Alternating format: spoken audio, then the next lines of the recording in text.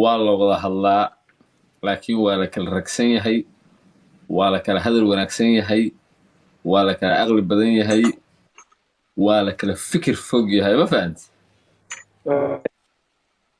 muuqaal oo ninkaas aniga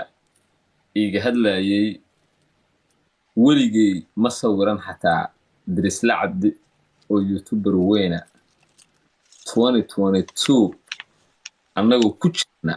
in ninkaas fikirkiisu ama aragtidiisu ay sidaa u gaabantaa ma sawiran marka aan daawaday muuqaal aniga uu iiga hadlayo soo lama rabin